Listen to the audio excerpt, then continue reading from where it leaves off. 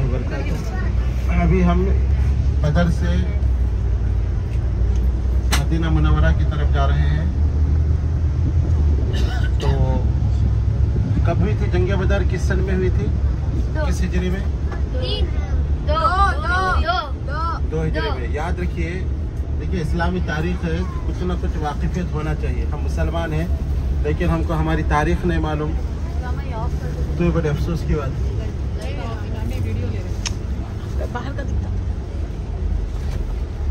तो कम से कम थोड़ी बहुत तारीख हमको मालूम रहना चाहिए।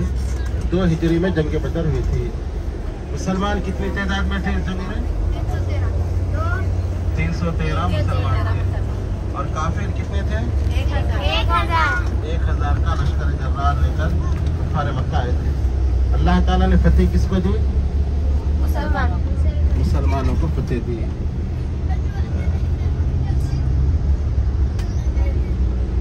अल्लाह ताला ने मुसलमानों की मदद किसके जरिए की? फरिश्तों के जरिए। कुरान में है 3000 फरिश्ते अल्लाह ने नाजिल किए।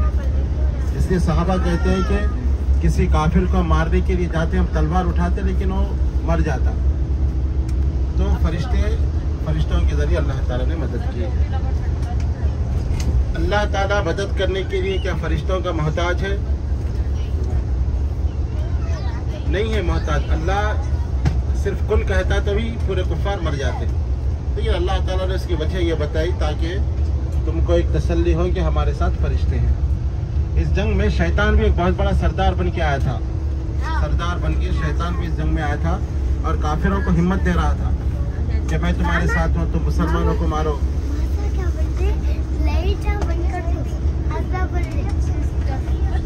जैसे ही शैतान ने फरिश्तों को देखा तो भागने लगा।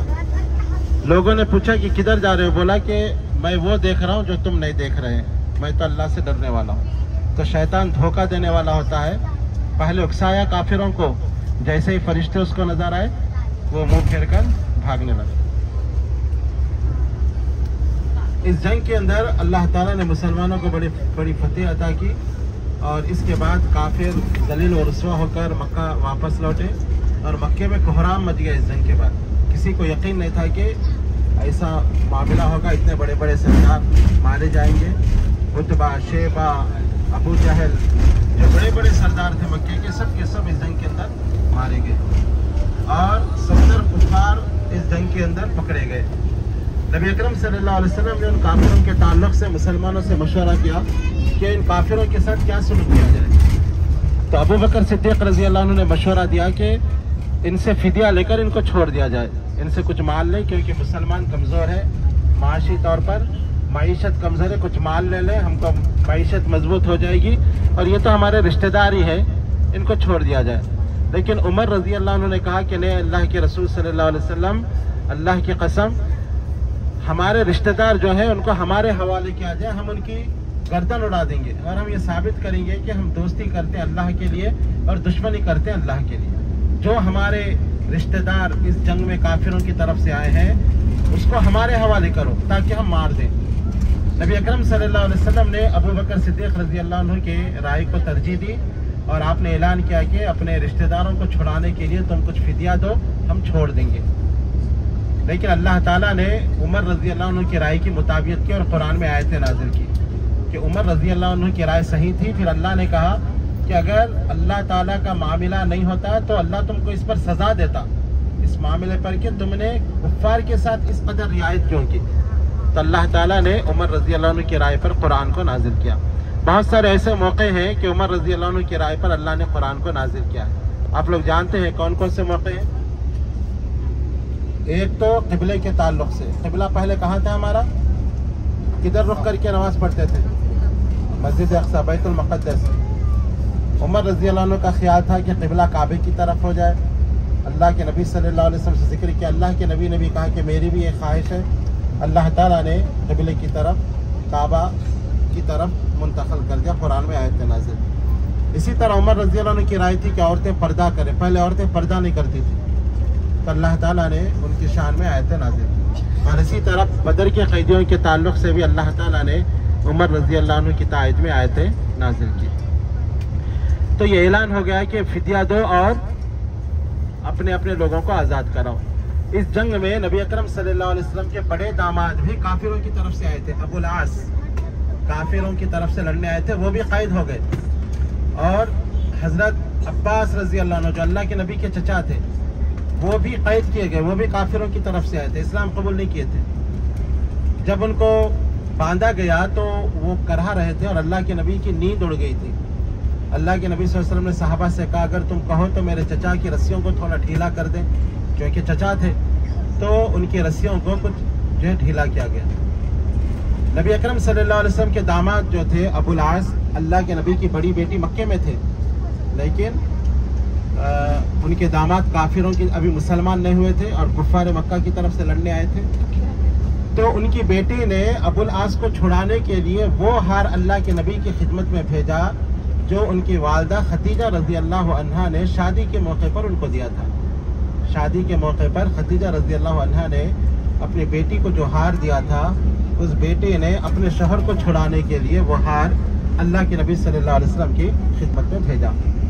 तो अल्लाह के नबी सल्लल्लाहु अलैहि वसल्लम ने उस हार को देखा तो अपनी बीवी की याद आ गई और अल्लाह के नबी सल्लल्लाहु अलैहि वसल्लम की आंखों से आंसू जारी हो गए, क्योंकि खतीजा रज़ी अल्लाह अन्हा का इंतकाल होकर उस वक्त तकरीबन 4 साल हो गए थे, जंग बदर तक 4 साल हो गए थे। और वो बीवी ऐसी थी जो हर वक्त अल्लाह के नबी की मदद करने वाली। तो बीवी की याद आ गई और अल्लाह के नबी की आंखों में आंसू आ गए। आप सल्लल्लाहु अलैहि वसल्लम ने सहाबा से कहा कि अगर तुम लोग कहो तो ये हार हम उन्हीं को वापस कर देते हैं। तो सहाबा ने इस तैयार हो गए और अल्लाह के नबी ने वो हार अपनी बेटी को वापस कर दिया और अपने दामाद अबुल आस को इस शर्त पर रिहा किया, छोड़ा कि तुम मक्का जाओगे तो हमारी बेटी को मदीना रवाना करना, मक्के में जो हमारी बेटी है उनको तुम मदीना लाना। इस शर्त पर आप सल्लल्लाहु अलैहि वसल्लम ने अपने दामाद को छोड़ा, जिनका नाम क्या था? अबुल आस। तो अबुल आस मक्का गए और अल्लाह के नबी सल्लल्लाहु अलैहि वसल्लम की बेटी को मदीना भेज दिया और अल्लाह के नबी की बेटी मदीना आ गए। वो बेटी का नाम क्या था? अल्लाह के नबी की बड़ी बेटी ज़ैनब रज़ी अल्लाह अन्हा। फिर कुछ दिनों के बाद अबुल आस इस्लाम कबूल किया और वो मक्का आए, मदीना आए। तो फिर अल्लाह के नबी सल्लल्लाहु अलैहि वसल्लम ने उनसे रुजू करा दिया। तो इस जंग के अंदर बहुत सारे ऐसे वाक़यात पेश आए और अल्लाह ताला ने मुसलमानों को इस जंग के अंदर इज्जत दी। लेकिन कुफ्फार मक्का की सफ़ों में मातम मच गया और काफिर इस जंग का बदला लेने के लिए 3000 का लश्कर तैयार करके दोबारा मदीने की तरफ आए दूसरे साल। और उस जंग का नाम क्या है जो 3 हिजरी में हुई, इस्लाम की दूसरी बड़ी जंग? जी, जंग ओहद। अभी हम मक्का मदीना जब जाएंगे तो ओहद का पहाड़ और ओहद का मैदान और जहाँ जंग ओहद हुई थी वो भी हम लोग देखेंगे। 3000 का लश्कर लेकर वो लोग मदीने पर हमला करने के लिए आए। अबू सुफियान उस वक्त उस फौज की कमांडरी कर रहे थे, कमांडिंग कर रहे थे और जंग बदर का बदला लेने के लिए वो लोग पूरी तैयारी के साथ मदीना मुनव्वरा की तरफ आए। नबी अकरम सल्लल्लाहु अलैहि वसल्लम को पता चला कि कुफ्फार बड़ी तैयारी के साथ मदीना आ रहे हैं। तो आप सल्लल्लाहु अलैहि वसल्लम ने सहाबा से मशवरा किया कि हमको क्या करना चाहिए। तो सहाबा की राय थी कि मदीने में रहकर हम दिफाई लड़ाई लड़ेंगे, हम मदीने में रहकर ही दिफा करेंगे। लेकिन कुछ जज्बाती नौजवान जो जंग बदर में शरीक नहीं हुए थे, उनकी ख्वाहिश थी कि नहीं, हम मदीने से बाहर जाएंगे और ओहद के मैदान में जाकर हम इस जंग को लड़ेंगे। तो नबी अकरम सल्लल्लाहु अलैहि वसल्लम इस पर तैयार हो गए और आप अपने घर गए, जंगी लिबास पहनकर वापस आए। तो इन नौजवानों को यह एहसास हुआ कि शायद हमने कुछ गलत बात कह दी। अल्लाह के नबी की ख्वाहिश मदीने में रहकर जंग करने की थी। तो फिर उन्होंने कहा कि अल्लाह के नबी, अगर आप मदीने में रहकर लड़ना चाहते हैं तो हम तैयार हैं, हम जंग ओहद तक नहीं जाएंगे। तो आप सल्लल्लाहु अलैहि वसल्लम ने फरमाया कि नहीं, नबी जब जंगी लिबास पहन लेता है तो इरादा नहीं बदलता। अब हम ओहद तक जाएंगे और ओहद के पास जाकर हम कुफ्फार मक्का से मैदान में मुकाबला करेंगे। नबी अकरम सल्लल्लाहु अलैहि वसल्लम 1000 आदमी को लेकर, मुसलमानों की तादाद 1000 थी, लश्कर को लेकर आप ओहद पहाड़ की तरफ जाने लगे, ओहद के मैदान की तरफ। चलते चलते रास्ते में मुनाफिकों का जो सरदार था अब्दुल्ला बिन उबई, उसने अपने 300 साथियों को लेकर वापस पलटने का इरादा किया और उसने ये कहा कि मोहम्मद सल्लल्लाहु अलैहि वसल्लम ने हमारी बात नहीं मानी और नौजवानों की बात मानी। हम कह रहे थे कि मदीने में रहकर मुकाबला करो, तो नौजवानों की बातों में आकर जज्बाती तौर पर बाहर निकल रहे हैं, तो हम जंग नहीं करेंगे। तो वो 300 लोगों को लेकर वापस मदीना पलट गया। तो बचे कितने लोग अभी? 700। अल्लाह के नबी सल्लल्लाहु अलैहि वसल्लम ने अपने 700 सहाबा की तरफ देखा और कहा, तुम में से भी कोई वापस पलटना चाहे पलट जाए। सहाबा ने कहा, अल्लाह के नबी हम वापस पलटे तो आप क्या करेंगे? कहा, मैं अकेला लड़ूंगा, मैं अकेला अल्लाह के दीन के लिए मैं लड़ूंगा। तो 700 सहाबा तैयार हुए और उहद पहाड़ के पास गए, मैदान उहद में, और उधर से कुफ्फार मक्का 3000 के लश्कर को लेकर आए। नबी अकरम सल्लल्लाहु अलैहि वसल्लम ने उस पहाड़ पर एक छोटी पहाड़ी है, उस पहाड़ी पर 70 तीरंदाजों को मुकर्रर कर दिया। हम देखेंगे जब मदीने की ज़ियारत करेंगे तो इंशाअल्लाह उहद का पहाड़ और वो छोटी सी पहाड़ी, 70 तीरंदाजों को रखा और कहा कि जब तक मैं ना कहूँ यहाँ से नहीं हटना, चाहे हमको शिकस्त हो या फतेह। यहाँ तक कि आपने कहा कि अगर हमारे जिस्मों को चील और कव्वे नोच कर खाने लगे तब भी तुम यहाँ से नहीं हटना, क्योंकि डर था कि वहाँ से दुश्मन आ जाएगा। आपने 70 तीरंदाजों को वहाँ रखा और मैदान में मुकाबला होता रहा। अल्लाह ताला ने मुसलमानों को फतेह दी और कुफ्फार मक्का भागने लगे।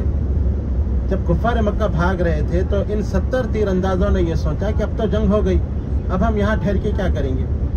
तो वो वहाँ से उतरने लगे, जबकि उनके जो सरदार थे उन्होंने रोका। देखो अल्लाह के नबी का हुक्म है, जब तक ना कहे ना है नहीं हटना। लेकिन उन लोगों ने कहा कि अब तो जंग हो गई, अब तो हम माल लूटेंगे, कुफ्फार भाग रहे हैं, माल गनीमत को हासिल करेंगे। तो वो 70 तीरंदाजों में से 60 तीरंदाज वहाँ से उतर गए, सिर्फ 10 बाकी रह गए। खालिद बिन वलीद रज़ी अल्लाह अन्हु जो अभी मुसलमान नहीं हुए थे और बड़े जो है बहुत बड़े कमांडर थे और जंग कैसे करना वो जानते थे, बड़ा अच्छा उनको तजुर्बा था। भागते हुए खालिद बिन वलीद रज़ी अल्लाह अन्हु ने पीछे मुड़कर इस छोटी सी पहाड़ी को देखा, इस पे सिर्फ 10 सहाबा है। तो वो वापस पलटकर उस पहाड़ी की तरफ आए और जो 10 सहाबा वहाँ ठहरे थे उनको शहीद कर दिया और पीछे से मुसलमानों पे हमला कर दिया और अपने झंडे को उठाया और आवाज़ लगाई। भागते हुए काफिर ने जब पीछे अपने झंडे को देखा तो वो पलट कर आए। इस तरह मुसलमान दो दुश्मनों के दरमियान पिस गए और एक जंग जो मुसलमान जीते थे वो जंग गोया हार में बदल गई। बहुत मुसलमानों को नुकसान हुआ, 70 सहाबा इकराम शहीद हुए उस जंग के अंदर। खुद आप सल्लल्लाहु अलैहि वसल्लम के दंदान मुबारक टूट गए। आप सल्लल्लाहु अलैहि वसल्लम जो लोहे की टोपी आप पहने हुए थे उसकी कड़ियाँ आप सल्लल्लाहु अलैहि वसल्लम के रुखसार में धंस गई और जब उसको निकाला गया तो खून आपका चेहरे से खून के फव्वारे निकल पड़े। तो अल्लाह के नबी सल्लल्लाहु अलैहि वसल्लम ने उस मौके पे कहा कि अल्लाह उस कौम को कैसे हिदायत देगा जो अपने नबी के चेहरे से खून निकाल रही है, नबी के चेहरे को जख्मी कर रही है। नबी तो इनका खैरखा होता है, नबी तो इनको जन्नत की तरफ बुलाता है और ये नबी के चेहरे से खून निकाल रहे हैं। तो अल्लाह ताला ने फ़ौरन आयतें नाजिल कर दी, लैसा लका मिनल अम्रि शैउन औ यतूब अलैहिम औ युअज़्ज़िबहुम फ़इन्नहुम ज़ालिमून। अल्लाह के नबी आपको ये इख्तियार नहीं कि किसी के बारे में ये कहें कि इनको कैसे हिदायत मिलेगी, ये तो अल्लाह का हुक्म है। अल्लाह जिसको चाहता है उसे हिदायत देता है। आप ऐसे नहीं कह सकते, अल्लाह चाहे तो इनको अजाब दे और अल्लाह चाहे तो इन्हें माफ़ कर दे। ये जालिम लोग हैं, इन्होंने गलत किया, लेकिन आज जो आपके चेहरे से खून निकाल रहे हैं, हो सकता कल वो आपके लिए अपनी गर्दनें कटाने वाले बन जाए, कल वो मुसलमान हो जाए। आप ऐसे ना कहें किसी को कि इनको कैसे हिदायत मिलेगी। और हुआ यही, जितने जंग उहद के मेन लोग थे बाद में सब मुसलमान हुए। अबू सुफियान जो कमांडर थे मुसलमान हुए, खालिद बिन वलीद रज़ी अल्लाह अन्हु जिनकी वजह से जंग उहद में मुसलमानों को नुकसान पहुंचा था, वो सैफुल्लाह बन गए, अल्लाह की तलवार बन गए और बहुत सारे उनसे मुसलमानों को मदद मिली। कई जंग मुसलमान बाद में जीते। तो अल्लाह ताला ने इस तरह उस जंग के अंदर मुसलमानों को बड़ा नुकसान हुआ। हमजा रज़ी अल्लाह अन्हु जो आप सल्लल्लाहु अलैहि वसल्लम के चचा थे, वो भी उस जंग के अंदर शहीद किए गए। वो जंग बदर में वो अपनी वो तलवार के जौहर दिखा रहे थे, काफिरों की सफ़ों को उलट रहे थे। जंग उहद में भी यही काम वो कर रहे थे, लेकिन कुफ्फार मक्का ने उनको शहीद कर दिया। और इस तरह मुसअब बिन उमैर रज़ी अल्लाह अन्हु जो अल्लाह के नबी के हमशक्ल थे, वो भी उस जंग के अंदर शहीद हो गए। जब वो शहीद हुए तो लोगों ने मशहूर कर दिया कि अल्लाह के नबी शहीद हो गए और मुसलमानों की हिम्मतें पस्त हो गई थी। लेकिन बाद में पता चला कि वो अल्लाह के नबी नहीं थे, मुसअब बिन उमैर रज़ी अल्लाह अन्हु थे। मुसअब बिन उमैर मक्के के बहुत मालदार आदमी थे।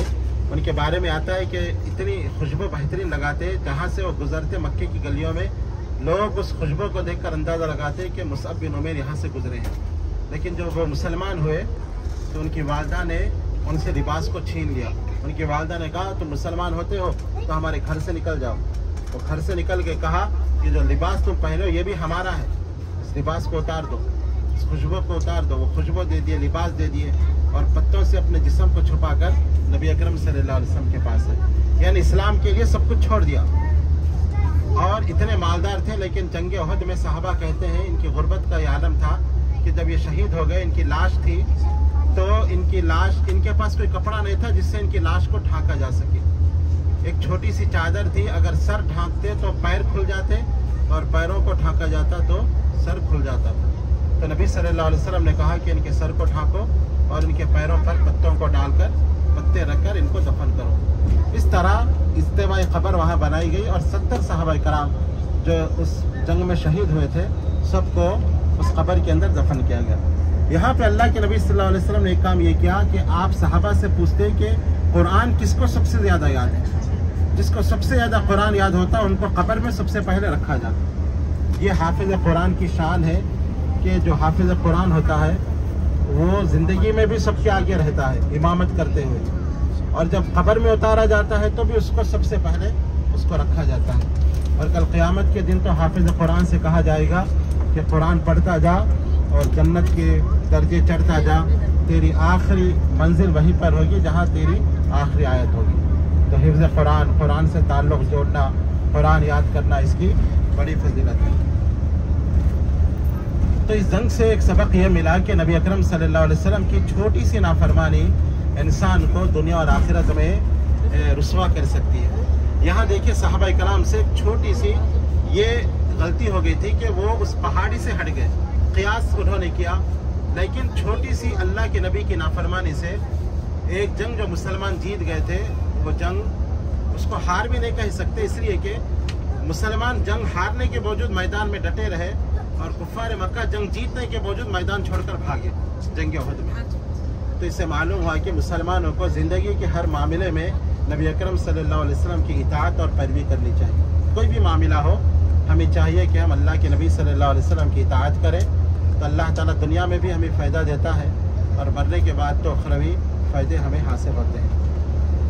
जंग जब ख़त्म हुई तो अबू सुफियान, उस वक्त का ये मामूल था कि जंग ख़त्म होती तो वो नाम लेकर बोलते, अगर जवाब नहीं आता तो समझते कि वो इस दुनिया से चले गए। तो अबू सुफियान जो सरदार थे वो पहाड़ पे चढ़े और ऐलान किया, क्या तुम में मोहम्मद सल्लल्लाहु अलैहि वसल्लम मौजूद है? उमर रज़ी अल्लाह अन्हु ने कहा कि अल्लाह के नबी क्या मैं इसको जवाब दूँ? कहा कि जवाब मत दो। फिर अबू सुफियान ने कहा कि क्या अबू कहाफा का बेटा उमर मौजूद है? साउंड बढ़ाओ। अबू कहाफा का बेटा उमर मौजूद है? तो उमर रज़ी अल्लाह अन्हु ने कहा कि अल्लाह के नबी क्या इस दुश्मन रसूल को मैं जवाब दूँ? आपने कहा कि जवाब मत दो। फिर अबू सुफियान ने ऐलान किया क्या खत्ताब का बेटा उमर मौजूद है? उमर रज़ी अल्लाह अन्हु ने कहा कि अल्लाह के नबी इसने मेरा नाम पूछ लिया, क्या मैं जवाब दूँ? कहा कि नहीं, जवाब मत दो। तो अबू सुफियान ने कहा कि अच्छा हुआ ये तीनों से खुलासे मिल गए, यानी ये तीनों भी इस दुनिया से चले गए। तो उमर रज़ी अल्लाह अन्हु ने कहा अल्लाह के नबी क्या आप जवाब दें, समझ रहा है कि हम नहीं है दुनिया में? कहा कि नहीं, जवाब मत दो। उसके बाद अबू सुफियान ने एक नारा लगाया और कहा कि लना उज़्ज़ा वला उज़्ज़ा लकुम, कि हमारा उज़्ज़ा है तुम्हारा उज़्ज़ा नहीं, लात का नाम बुलंद हो, इस तरह के नारे लगाया। तो अल्लाह के नबी सल्लल्लाहु अलैहि वसल्लम ने उमर रज़ी अल्लाह अन्हु से कहा कि अय उमर जवाब क्यों नहीं देते? उमर रज़ी अल्लाह अन्हु ने कहा कि अल्लाह के नबी क्या जवाब दूँ? कहो अल्लाहु आला व अजल, अल्लाहु मौलाना वला मौला लकुम, कि अल्लाह सबसे बुलंद व बरतर है, अल्लाह हमारा मौला है, तुम्हारा कोई मौला और मददगार नहीं। उमर रज़ी अल्लाह अन्हु ने यह कहा और उसके बाद कहा कि दुश्मन रसूल सुन, हमारे दरमियान अल्लाह के नबी भी मौजूद है और अबू कहाफा के बेटे अबू बकर भी मौजूद है और मैं खत्ताब का बेटा उमर मैं भी मौजूद हूँ। इस वाक़े से मालूम हुआ कि उसने ये समझा कि अल्लाह के नबी चले गए, आपने जवाब देना मुनासिब नहीं समझा। अबू बकर चले गए, जवाब नहीं दिया गया। उमर चले गए, जवाब नहीं दिया गया। लेकिन जब उस काफिर ने अल्लाह के अलावा किसी और का नाम बुलंद किया तो अल्लाह के नबी बर्दाश्त नहीं किया और कहा कि जवाब दो कि अल्लाह ही सबसे बुलंद व बरतर है, और अल्लाह ही हमारा मौला है, तुम्हारा कोई मौला नहीं। तो ये अल्लाह के नबी सल्लल्लाहु अलैहि वसल्लम की तौहीद से मोहब्बत थी। आपने ये बर्दाश्त नहीं किया कि अल्लाह के नाम के अलावा किसी और का नाम बुलंद किया जाए और अल्लाह के अलावा किसी को मददगार समझा जाए। अल्लाह के नबी ने फ़ौरन कहा कि इसको जवाब दो कि अल्लाह ही सबसे बुलंद व बरतर है और अल्लाह ही हमारा मददगार है, तुम्हारा कोई मददगार नहीं। इंशाअल्लाह बहुत सारे वाक़यात हैं जंग उहद के ताल्लुक़ से। जब हम मदीना मुनव्वरा में उहद के मैदान को जाएंगे तो इंशाअल्लाह उस ताल्लुक़ से और बहुत सारी बातें हम बताएंगे। लेकिन ये बताने का मकसद ये है कि तारीख़ से हमको ये समझ में आया है कि इस्लाम यूँ ही हम तक नहीं पहुँचा। सहाबा इकराम, अल्लाह के नबी सल्लल्लाहु अलैहि वसल्लम, कितनी तकालीफ और कितनी मुसीबतों के बाद ये दीन आज हम तक आया। कैसे जंगें लड़ी गई और कैसे मुसलमानों ने अपने खून के नजराने पेश किए, कितनी परेशानी आई, कैसे कैसे वाक़यात पेश आए। ऐसे ऐसे वाक़यात हैं आपके रोंगटे खड़े हो जाएंगे। कैसी कैसी मुसलमानों को तकलीफ़ें दी गई और कैसे कैसे परेशानियाँ आई और अल्लाह के नबी और सहाबा इकराम ने सब बर्दाश्त की। लेकिन आज मुसलमान जो आसानी से आज हमको दीन मिला है, आज हम इसको कबूल नहीं कर रहे हैं। दीन के अंदर मिलावट, दीन के अंदर हमने औरों की बातें मिला दी। प्योर दीन, जो दीन अल्लाह के नबी का था, वो दीन आज हम छोड़ दिए हैं और मुसलमान बहुत सारी गुमराहियों के अंदर आज मुब्तला हो गए हैं। तो मुसलमानों को चाहिए कि अल्लाह के नबी ने जो दीन दिया था और जो तौहीद से मोहब्बत अल्लाह के नबी ने पैदा की थी और 13 साल मार खा खा के तौहीद को समझाया था, लेकिन आज यही मुसलमान शिर्क के अंदर मुब्तला हो गया। अल्लाह के नबी आखिरी वक्त भी कहते, लअनल्लाहुल यहूद वन नसारा इत्तखज़ू क़ुबूर अंबियाहिम मसाजिद। यहूद और नसारा पर अल्लाह की लानत हो, उन्होंने अंबिया की कब्रों को सजदागाह बना लिया। लेकिन आज ये मुसलमान कब्रों को सजदागाह बना लिए हैं। आप देखें कितने दरगाहें मौजूद हैं, कितने जो है जगह जगह मज़ारात हैं, कितने जगह जगह एक मुसलमान अपने सर को झुकाता है। जो नबी ज़िंदगी भर तौहीद का दर्ज देते रहे, आज वो नबी का मानने वाला शिर्क की ग़लाज़तों के अंदर पड़ गया। कितने मुश्किल कुशा बन गए, कोई गरीबुन नवाज बन गया, कोई बंदा नवाज बन गया और कोई जो है दाता बन गया, कोई गंजबख्श बन गया। ये सब अल्लाह की सिफत है, इंसानों को दे दिए। गंजबख्श, ख़जानों का मालिक अल्लाह ताला है। गरीबुन नवाज, गरीबों को नवाजना, ये अल्लाह की सिफत है। बंदा नवाज, बंदे अता करना, ये अल्लाह की सिफत है। हम एक अपने जैसे इंसान को, जो दुनिया में आए, पैदा हुए, जो मजबूर थे, जो खाना खाते थे, जो वॉशरूम जाते थे, जो जिनको बीमारियाँ थी, जो मतलब इंसानों के तमाम जो है मर्ज उनको थे, उनके बारे में कह रहे हैं कि ये गरीबुन नवाज हैं। यानी अल्लाह के बराबर हमने एक इंसान को जो मजबूर है, वो उस खालिक के बराबर हमने ठहरा दिया जो किसी का मोहताज नहीं है। तो क्या डिस्टर्ब कर रहे हैं यार? ठहर के जब से जो बैठो, जाओ।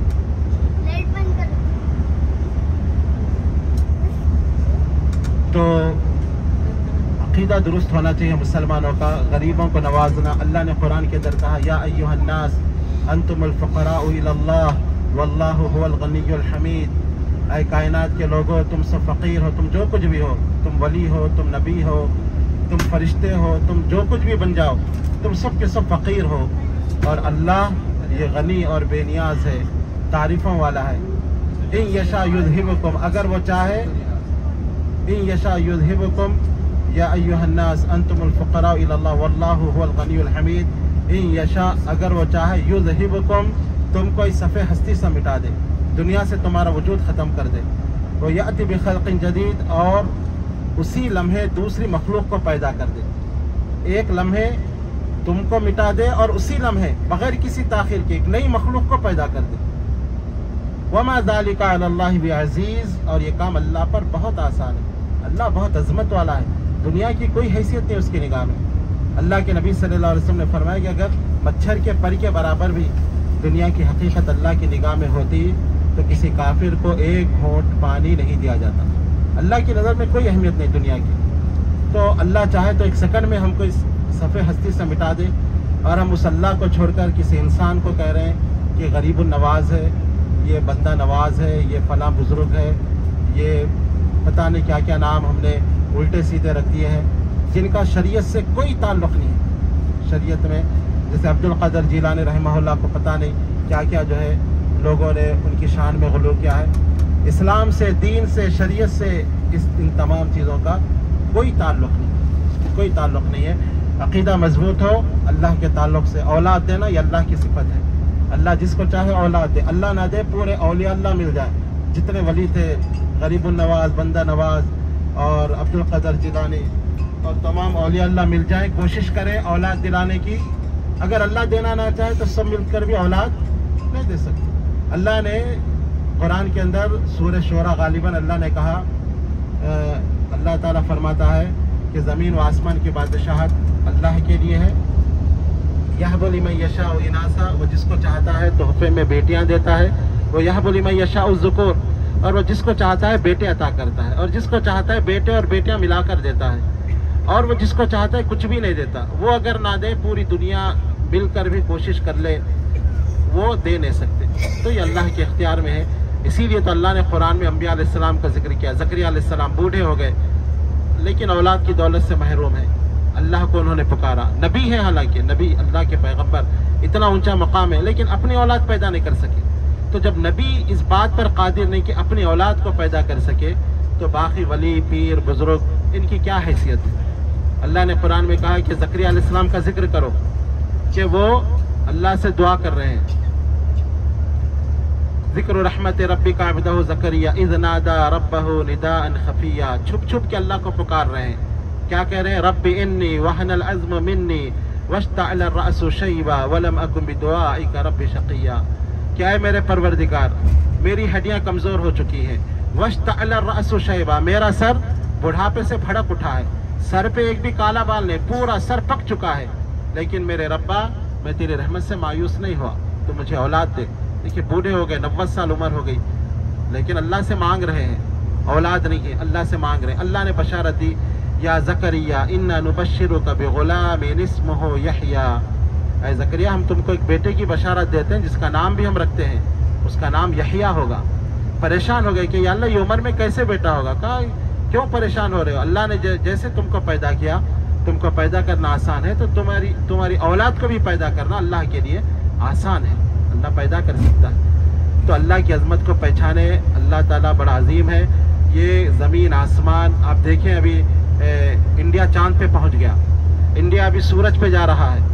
और साइंसदान कह रहे हैं कि खला में जो हमारी गैलेक्सी है, ऐसे ऐसे सैयारे हैं जो ज़मीन से करोड़ों दर्जे बड़े। ज़मीन की कोई हैसियत नहीं है।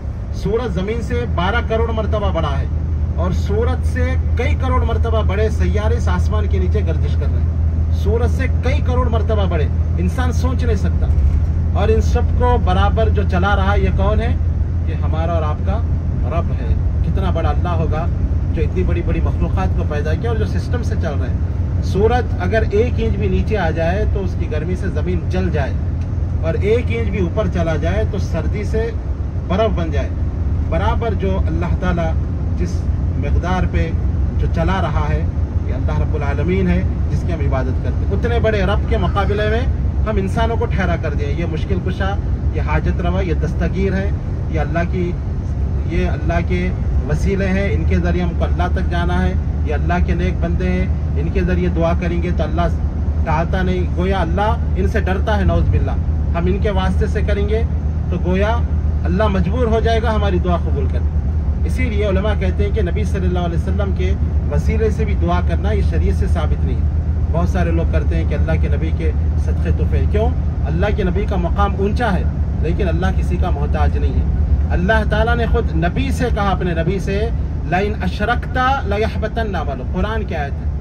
अय अल्लाह के नबी, अगर आपने भी शिरक कर लिया हम आपके अमल बर्बाद कर देंगे और आप नुकसान उठाने वालों में से हो जाएंगे। फिर एक जगह अल्लाह ने कहा, कुल इन्नी अखाफु इन असैतु रब्बी अज़ाब यौमिन अज़ीम। अय नबी आप ऐलान कर दो, लोगों को ये बता दो, मुझे भी डर लगता है। इन्नी अखाफु, मैं भी डरता हूँ, अगर मैंने अपने रब की नाफरमानी कर ली तो मुझे भी दर्दनाक अज़ाब से डर लगता है। ये अल्लाह के नबी है, अल्लाह के नबी ये कह रहे हैं। तो बदअक़ीदगी की वजह से लोगों ने अल्लाह का मकाम जो था वो अल्लाह के नबी को कुछ नहीं दे दिया। कुछ लोगों ने औलिया अल्लाह को, और कुछ लोगों ने इंसानों को अपने जैसे अल्लाह का मकाम दे दिया। तो अल्लाह की अज़मत को पहचाने, अल्लाह बहुत बड़ा है जो हम सोच भी नहीं सकते। अल्लाह के ख़जाने बहुत बड़े हैं। एक हदीस में अल्लाह ताला फरमाते हैं, हदीस क़ुदसी के आदम के बेटे तुम्हारे अगले और पिछले, तुम्हारे जिन और इंसान सब एक जगह ठहर जाएं। यानी आदम अलैहिस्सलाम से लेकर क़यामत तक जितने इंसान हैं, जितने जिन हैं, और सब अपने अपने ख्वाहिशात का सवाल करने लगे, सबको मैं देता चला जाऊं, जो तुम मांग रहे हो उससे ज़्यादा भी दूं, तो मेरे ख़जाने में इतनी कमी भी नहीं होगी। एक बहुत बड़े समंदर में अगर कोई उंगली डालकर निकाले तो पानी में कमी होती है। बहुत बड़ा समंदर हो, आप उंगली डालकर निकालें तो कितना पानी कम होगा।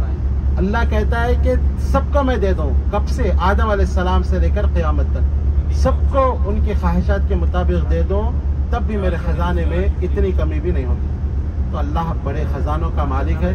हमें अपना ताल्लुक़ अल्लाह से जोड़ना चाहिए, अल्लाह की अज़मत को जानना चाहिए।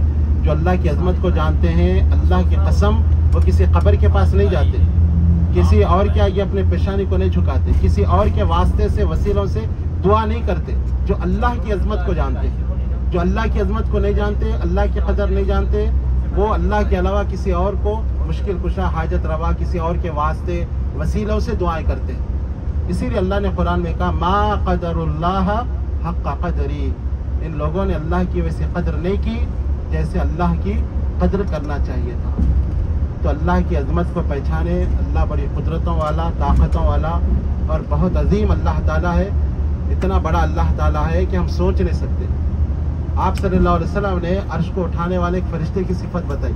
फरिश्ते जो अल्लाह ने पैदा किए, जिनकी तादाद अल्लाह ही जानता है, करोड़ों की तादाद में।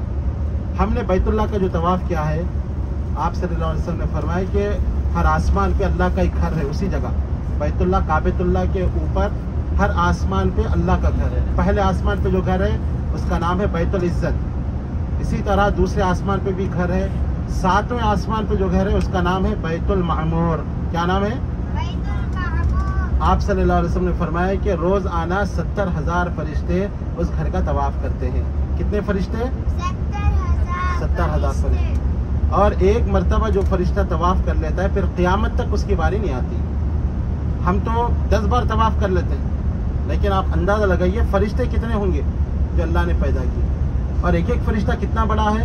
आप सल्लल्लाहु अलैहि वसल्लम ने फरमाया कि जो अर्श को उठाया वो फरिश्ता है, एक फरिश्ते की सिफत अल्लाह ने मुझे बताने का हुक्म दिया है कि उसके कंधे और कान का दरमियानी फासला ये 700 साल की मसाफत है। कितनी? 10 साल नहीं, 20 साल नहीं, 50 साल नहीं, 100 साल नहीं, 700 साल तक अगर कोई तेज़ रफ्तार सवारी पे दौड़ते रहे बगैर किसी रुके हुए, दौड़ते रहे तो कहाँ पहुँचेगा? कंधे से लेकर ये कान की लू तक, ये जहाँ औरतें बालियाँ पहनती हैं यहाँ तक, पूरा कान भी नहीं, बिल्कुल कान जहाँ से शुरू होता है वहाँ एक आदमी पहुँचेगा। ये एक फरिश्ता। ऐसे करोड़ों के फरिश्ते अल्लाह ने पैदा किए। इतने ताकतवर फरिश्ते कि जब अल्लाह ताला ने अजाब भेजा कौम लूत पर, तो जिब्राइल अलैहिस्सलाम ने अपने पर पूरी दुनिया को उठा दिया, आसमान तक ले गए, और वहाँ से ऐसा पटका कि पूरी की पूरी बस्ती हलाक हो गई। और फिर चीख उन्होंने मारी तो पूरे कलीजे मुँह से बाहर निकल गए। ऐसे ताकतवर फरिश्ते अल्लाह ताला ने बनाए हैं। तो अल्लाह जब ऐसे फरिश्तों को बना सकता है तो फिर वो अल्लाह कितना बड़ा और कितना अजीम होगा। अल्लाह की अज़मत के लिए वो हदीस आप याद रखें, बुखारी की जो रिवायत है, आप सल्लल्लाहु अलैहि वसल्लम ने फरमाया कि ज़मीन से आसमान का फासला ये 500 साल की मसाफत है। आज साइंस और टेक्नोलॉजी के दौर में साइंस ये अभी तक बता नहीं सकी कि ज़मीन से आसमान कितनी दूर है। रॉकेट जा रहे हैं हज़ारों, मतलब जो है हज़ारों किलोमीटर की रफ्तार से, लेकिन पता नहीं चल सका। लेकिन आप सल्लल्लाहु अलैहि वसल्लम ने 1400 साल पहले बता दिया कि ज़मीन से आसमान कितनी दूर है? 500 साल की मसाफत। और पहले आसमान की मोटाई ये 500 साल की मसाफत है। यानी जितना ज़मीन से आसमान का डिस्टेंस है, वो आसमान का थिकनेस, जो मोटापा, वो भी इतना ही है, 500 साल की मसाफत। और पहले आसमान से दूसरा आसमान ये 500 साल की मसाफत है। और दूसरे आसमान की मोटाई ये भी 500 साल की मसाफत। दूसरे से तीसरा आसमान ये भी 500 साल। ऐसे कितने आसमान हैं?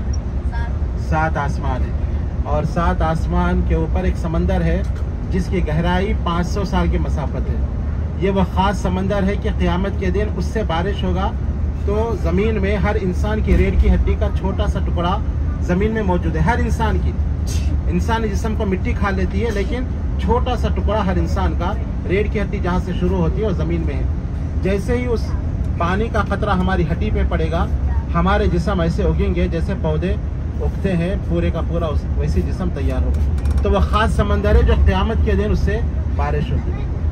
और उस समंदर के ऊपर अल्लाह की कुर्सी है, और कुर्सी इतनी बड़ी है जिसका जिक्र अल्लाह ने कुरान में किया है आयतुल कुर्सी में, वसिया कुर्सी युह समावाती वल अर्ज़, उसकी कुर्सी आसमान और ज़मीन को घेरे हुए। अभी आपने देखा आसमान कितने बड़े हैं, कुर्सी इतनी बड़ी है कि आप सल्लल्लाहु अलैहि वसल्लम ने कहा कि अगर उस कुर्सी को, अगर आसमानों को उठाकर ये साथ उस कुर्सी पे रख दिए जाएं तो ऐसा मालूम होगा कि एक बहुत बड़े थाले में किसी ने 7 सिक्के रख दिए, छोटे छोटे सिक्के। इतने बड़े बड़े आसमान उस कुर्सी पर ऐसे आ जाएंगे। और ये कुर्सी क्या है? अब्दुल्लाह बिन अब्बास रज़ी अल्लाह अन्हु कहते हैं कि ये कुर्सी रहमान के कदम रखने की जगह है। अल्लाह के कदम है, हमारा ईमान है। कैसे है? उसकी शान के मुताबिक। हम कैफियत नहीं जानते, नौज़ हम ये नहीं कहेंगे कि हमारे कदम की तरह नहीं। अल्लाह ने जब जिक्र किया कदम का, हमारा ईमान है उसके कदम है। कैसे है? उसकी शान के मुताबिक है। हमको इतना इल्म नहीं दिया गया कि हम उस ताल्लुक़ से गौर करें। और कुर्सी के ऊपर अल्लाह का अर्श है। अर्श इतना बड़ा है कि आप सल्लल्लाहु अलैहि वसल्लम ने फरमाया कि अगर ये कुर्सी को उठाकर अर्श पे रख दिया जाए, ऐसे मालूम होगा कि एक बहुत बड़े सहरा में किसी ने अपनी छोटी उंगली की अंगूठी निकाल के रख दी हो। बहुत बड़ा रेगिस्तान हो, अभी आप देख रहे हैं रेगिस्तान, जहाँ तक आपकी नज़रें जा रही है, अगर अंगूठी निकाल के रख दें तो कितनी जगह पे आ जाएगी। वो कुर्सी जिस पर 7 आसमान आ गए थे इतने बड़े बड़े, वो इतना नज़र आएगी अर्श के मुकाबले में जैसे किसी ने अंगूठी रख दी। और ये अर्श का मालिक कौन है? मेरा और आपका रब, जिसकी हम इबादत करते हैं, जिससे हम दुआएं करते हैं, जिसके आगे हम सजदा करते हैं। तो जब इंसान को पता हो कि मेरा रब इतना बड़ा है, तो इंसान देखेगा कि ये तो मुश्किलें बहुत छोटी है, मेरे लिए जो प्रॉब्लम है ये अल्लाह आसानी से हल कर सकता है। वो रुजू इल्लल्लाह होगा, वो अल्लाह से दुआएं करेगा, अल्लाह से मांगेगा, तौबा व इस्तिग़फ़ार करेगा। मगर अल्लाह की अज़मत उसको पता होना चाहिए। जब रब मेरा इतना बड़ा जिसकी मैं इबादत करता हूँ, तो ये सब चीज़ें, इसकी क्या हैसियत है। तो इस अर्श का मालिक अल्लाह ताला है, और अल्लाह ताला अर्श पर मुस्तवी है। अल्लाह ताला कहाँ है? कहाँ है मोइन भाई? अल्लाह ताला कहाँ है? अर्श पर। बहुत सारे लोग बोलते हैं अल्लाह दिल में है। आप पूछे लोगों को, ये भी एक अजीब बात है। दिल ना तोड़ो, क्योंकि दिल में अल्लाह रहता है। बहुत सारे लोग कहते हैं मस्जिद तोड़ो, मंदिर तोड़ो, किसी का दिल ना तोड़ो। क्यों नहीं तोड़े? दिल में अल्लाह रहता है। अजीब बात है। कितने दिल है दुनिया में, कितने अल्लाह बना दिए। और बाद लोग कहते हैं कि अल्लाह हर जगह होता है, हर जगह हर चीज़ अल्लाह ही अल्लाह है। जैसे हिंदुओं का अकीदा हर कंकर में शंकर, वो लोग कहते हैं। हमारा अकीदा ये है अहले सुन्ना वल जमात का कि अल्लाह अपनी ज़ात के एतबार से कहाँ पर है? अर्श पर। लेकिन अपने इल्म के एतबार से, अपने बसारत, समात व बसीरत के एतबार से, देखने और सुनने के एतबार से अल्लाह ताला हर जगह है। हर चीज़ को देखता है और हर चीज़ को सुनता है। काले रात में काले पत्थर पे चलने वाली काली चूंटी को भी वो अर्श पर से देखता है और उसकी चलने की आवाज़ को भी सुनता है। तो बहरहाल अल्लाह की अज़मत अपने दिलों में पैदा करने की ज़रूरत है। अब हम मदीना जा रहे हैं। मैं मुख्तसर तौर पे मदीने के जो है चंद अहकाम आपको बता रहा हूँ। मदीना मुनव्वरा हम जाएंगे तो होटल में चले जाएंगे आप लोग, खाने का इंतज़ाम रहेगा, खाना खा लें। उसके बाद अगर आराम करना और रात होगी तो आराम कर लें, या अगर मस्जिद नबी जाना चाहें तो मस्जिद बिल्कुल करीब है, आप मस्जिद नबी जाएं। मस्जिद नबी जाने के बाद 2 रकात तहियतुल मस्जिद पढ़ें। पहले क्या करना है? मस्जिद में 2 रकात पढ़ लेना है। उसके बाद नबी सल्लल्लाहु अलैहि वसल्लम की कब्र के पास जाएं, कब्र रसूल पर जाएं। वहाँ पर नबी सल्लल्लाहु अलैहि वसल्लम की कब्र मुबारक है, वहाँ सलाम पढ़ें, अस्सलामु अलैका अय्युहन नबी व रहमतुल्लाहि व बरकातुहू। इस तरह के अल्फाज से आप लोग वहाँ सलाम पढ़ें। और थोड़ा सा दाईं तरफ जाएं, अबू बकर सिद्दीक़ रज़ी अल्लाह अन्हु की कब्र है, उन पर सलाम पढ़ें, अस्सलामु अलैका या अबू बकर। और फिर राइट साइड में और जाएं, उमर बिन खत्ताब रज़ी अल्लाह अन्हु की कब्र है, वहाँ उनको भी सलाम भेज दीजिए। या आयशा रज़ी अल्लाह अन्हा का हुजरा था जहाँ पे ये तीनों की कब्रें हैं, वहाँ पे भी सलाम पढ़ें। और उसके बाद रोज़ा मिन रियाजुल जन्नह के लिए आप लोगों को हमारे पास परमिट है, हम आपको बता देंगे। मैं समझता हूँ कल ही लेडीज़ को जाना होगा। कल फजर के बाद लेडीज़ को रोज़ा मिन रियाजुल जन्नह में जाना है, 6 बजे का टाइम है। तो फजर की नमाज़ आप तमाम औरतें मस्जिद नबी में पढ़ें, क्योंकि सबको एक साथ जाना है। अगर कोई औरत मिस हो गई तो वो दूसरी बार नहीं जा सकते, ये बात जहन में रखें। आप तमाम जो ख़वातीन हैं उनके लिए कल सुबह 6 बजे का परमिट है, परमिशन है। रौज़ा मिन रियाज़ुल जन्नह, जो अल्लाह के नबी सल्लल्लाहु अलैहि वसल्लम ने कहा कि मेरे मिंबर और मेरी कब्र का दरमियानी हिस्सा ये जन्नत के टुकड़ों में से एक टुकड़ा है, जन्नत का हिस्सा है। तो वहाँ पे आप लोगों को जो परमिट और जो परमिशन मिला है वो फजर के बाद 6 बजे का टाइम दिया गया है। अगर 6 बजे आप लोग मस्जिद नबी में नहीं रहेंगे और आप हमारे साथ नहीं रहेंगे तो फिर आपको दूसरी बार मौका नहीं मिलेगा, उसके आप लोग ज़िम्मेदार रहेंगे।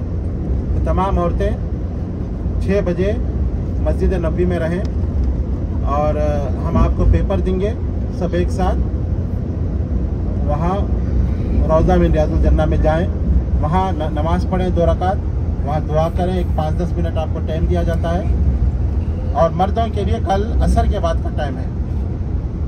मर्द हजरात इंशाअल्लाह कल असर के बाद वहाँ पर जाएंगे। मैं देख लेता हूँ।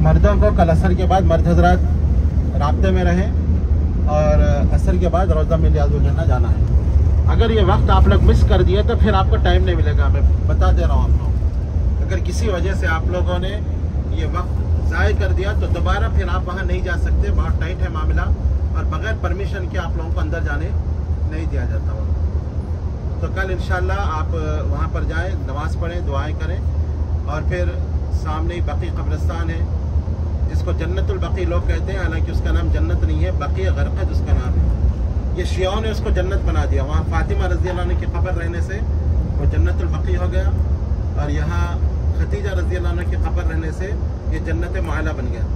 अल्लाह के नबी सल्लल्लाहु अलैहि वसल्लम ने उसका नाम जन्नत बकी नहीं रखा, बल्कि बकी गरक़द उसका नाम है। गरक़द के माने झाड़ियाँ, वहाँ चूँकि झाड़ियाँ थी और अल्लाह के नबी सल्लल्लाहु अलैहि वसल्लम के ज़माने से कब्रिस्तान था तो उसका नाम बकी गरक़द। तो वहाँ पर जाए, वहाँ 10,000 सहाबा की कब्रें हैं, 10,000 सहाबा कराम, और आप देखेंगे कब्रें ज़मीन के बराबर है। यही असल दीन है। हमारे मुल्कों में देखिए ज़मीन कब्रें ऐसी पुख्ता बना देते हैं कि दूसरे कब्रिस्तानों में आज शार्टेज हो गया है, कब्रिस्तान महंगे हो गए हैं कब्रें, क्योंकि जगह ही नहीं रहती मुर्दों को दफनाने के लिए। एक कब्र पक्की बना दिए, 20 साल 25 साल 30 साल हो गया मर के, लेकिन उसकी कब्र वैसी है। तो ये शरीयत नहीं है। शरीयत ये है कि कब्र ज़मीन के बराबर हो ताकि एक एक कब्र में कई लोग दफन हो। कल क़यामत के दिन एक एक कब्र से कई लोग उठेंगे। इस तरह कब्रें अगर पुख्ता करेंगे तो पूरी दुनिया खाली कब्रिस्तान ही रहेगी, लोगों को रहने जगह नहीं होगा। लोग मरेंगे तो ऐसी पक्की कब्रें बनाते जाएंगे तो बस कब्रें ही कब्रें नज़र आएगी। तो शरीयत नहीं है। ये बहुत सारी हमारे मुल्क में गलतियाँ हैं जिसको हमें दूर करना चाहिए। समझदार लोग आगे बढ़ें और बोलें कि मर गया है, अब उसके लिए दुआ करें। अगर आमल अच्छे थे तो वो कब्र जन्नत बन जाएगी, अंदर ही जन्नत रहेगी। ऊपर कुछ करने की ज़रूरत नहीं है। ऊपर फूल लगा रहे हैं, ऊपर जो है ज़बरदस्त संगे मरमर लगा रहे हैं, क्या फ़ायदा? अंदर फूल होना चाहिए। दुआ करें कि अंदर जो है जन्नत का बाग हो। ऊपर सब कुछ है, अंदर जहन्नुम का गड़ा है तो फ़ायदा क्या हो उसको? मुर्दे को फ़ायदा क्या है? तो ये नहीं समझते। बड़ी बड़ी कब्रें बनाकर कब्रिस्तानों को आज हम लोगों ने जो है भर दिया है और मुसलमानों की कब्रें तंग हो गई है। गवर्नमेंट से बार बार मुतालिबा करते हैं कब्रिस्तान के लिए जगह चाहिए, जगह चाहिए। गवर्नमेंट थक जा रही है। 2-2 एकड़ 3-3 एकड़ कब्रिस्तान के लिए जगह दे रहे हैं। कुछ दिनों में मालूम है कि कब्रिस्तान भर गया है। अरे भाई वो पक्की कब्रों को तोड़ो, उसमें मुर्दों को दफन करो। ये शरीयत नहीं है। नबी सल्लल्लाहु अलैहि वसल्लम ने अली रज़ी अल्लाह अन्हु को कहा था कि अली, जो कब्र भी एक बारिश से ऊंची हो उसको ज़मीन के बराबर कर दो। एक बारिश से ऊंची कब्र नहीं रहना चाहिए। यहाँ पे आपने माला में देखा होगा कब्रिस्तान ज़मीन के बराबर, और यहाँ बकी में आप देखेंगे नबी सल्लल्लाहु अलैहि वसल्लम के ज़माने से कब्रिस्तान है और आज भी कोई मरता है उसी कब्रिस्तान में दफन किया जाता है। और हर नमाज में आप देखें तकरीबन 4 जनाजे, 5 जनाजे, 6 जनाजे, उसके बावजूद कब्रिस्तान नहीं भर रहा है। इतने जनाजे रोज़ाना, और 1400 साल से वो कब्रिस्तान। हमारे मुल्कों में 10-12 साल होते कब्रिस्तान भर जाता है। पुख्ता खबरें, खबर जगह नहीं रहती, परेशान होते हैं। यहाँ देखिए 1400 साल से अभी तक भी दफन हज़ारों लोगों को किया जा रहा है, कब्रिस्तान नहीं भरता। तो ये शरीयत है, ये दीन है, ये दीन का मिजाज है। इस्लाम किसी को तकलीफ़ देने नहीं आया। ये चीज़ मुसलमानों को समझना चाहिए और जो समझदार लोग हैं उनको समझाना चाहिए कि ऐसे ना करें, पुख्ता खबरों को तोड़ें। और खबरें जो पुरानी हो गई 10 साल 12 साल 15 साल, उसमें दूसरे मुसलमानों को दफन करें। ये नहीं कि किसी की जागीर नहीं आप जो है कब्ज़ा करके बैठ जाए मरने के बाद भी और पुख्ता करके, बस ये सब चीज़ें शरीयत नहीं है, ये शरीयत के ख़िलाफ़ ये सब अमाल है। अल्लाह ताला मुसलमानों की हिफाजत करे। तो इस तरह इंशाअल्लाह कल ज़ियारतें रहेंगी। कल क्या दिन है? इसके बाद जुमेरात को अल्लाह ने चाहा तो हम लोग मदीना मुनव्वरा की ज़ियारत करेंगे। सुबह 8 बजे बस आ जाएगी और फिर मदीने के वो मकामात जैसे मस्जिद क़ुबा है, जिसकी फजीलत यह है कि आप सल्लल्लाहु अलैहि वसल्लम ने फरमाया कि जो 2 रकात नमाज़ पढ़ता है मस्जिद क़ुबा में जाके, उसे उम्रे का अजर सवाब किया जाता है। मस्जिद क़ुबा है। और जंग खंदक जहाँ हुई थी, अज़ीमुश्शान जंग इस्लाम की, कब हुई थी किसी को मालूम है? जंग बदर कब हुई थी? अगर आप लोग ऐसा जवाब नहीं देंगे तो मेरे को ऐसा दिखेगा कि मैं जो है खाली बोल रहा हूँ, आप लोग सो रहे, कोई फ़ायदा नहीं। इतना जो है 1 घंटे से 2 घंटे से मैं अपने वाक़या बोलते हुए आ रहा हूँ, फिर आपसे पूछे कि जंग बदर कब हुई तो फिर सब खामोश। पीछे से आवाज़ आनी चाहिए, पीछे से, नहीं तो फिर मैं बंद कर दूंगा माइक जी। कब हुई थी जंग बदर? तो कुछ ना कुछ है दिमाग, ये इस्लामी तारीख है हमारी।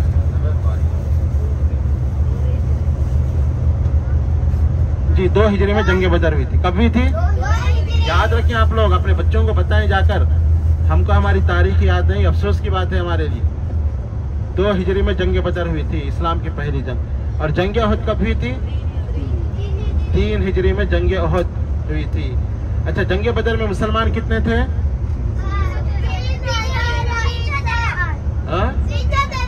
313 मुसलमान थे। और कुफ्फार कितने थे? 1000 का लश्कर जर्रार। और जंग उहद में, जंग उहद कब हुई थी? जंग उहद कब हुई थी?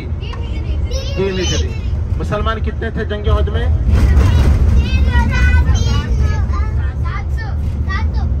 जंग उहद में मुसलमान थे 700। और काफिर कितने थे?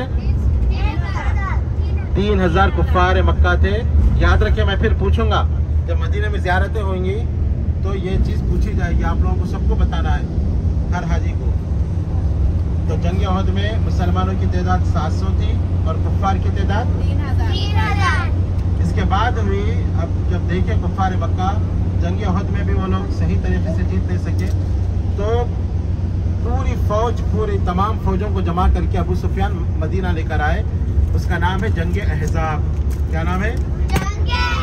अहज़ाब के माने फौजी, हिज़्ब की जमा अहज़ाब है। एक फौज नहीं, पूरे फौजों को पूरे इकट्ठा करके वो लेके आए थे। उसी को जंग खंदक भी कहते हैं। क्या कहते हैं? ये जंग कब हुई थी? 5 हिजरी में। याद रखिए, कब हुई थी? याद रहेगा ना। जंग बदर कब हुई थी? जंग उहद 3 हिजरी। और जंग खंदक 5 हिजरी। जंग खंदक में कुफ्फार की फौज की तादाद कितनी थी? 10,000। 10,000 फौज लेकर आए थे। कुफ्फार कितने थे? 10,000। और मुसलमान कितने थे? 3,000। उस वक्त 3,000, सही बोले। मुसलमानों की पूरी आबादी 3,000 थी मदीने में, ठीक है। बच्चे, बड़े, बूढ़े, मर्द, औरतें सब मिलाकर मदीने की पूरी आबादी कितनी थी? 3,000। और दुश्मन फौज लेकर कितना आया था? 10,000। दुनिया की तारीख में पहली जंग थी कि आबादी से 3 गुना फौज ने किसी बस्ती पे हमला किया हो। मुकम्मल आबादी 3,000 और हमला करने वाली फौज कितनी? 10,000। तो वो भी बड़ी अजीम तारीख है। इंशाअल्लाह जो है आपको उस मौके पर बताया जाएगा कि कैसे ये जंग हुई और कैसे क्या हालात मुसलमानों के थे और अल्लाह ताला ने कैसे मुसलमानों की मदद की। तो ये चीज़ें याद रखें इंशाअल्लाह, ठीक है।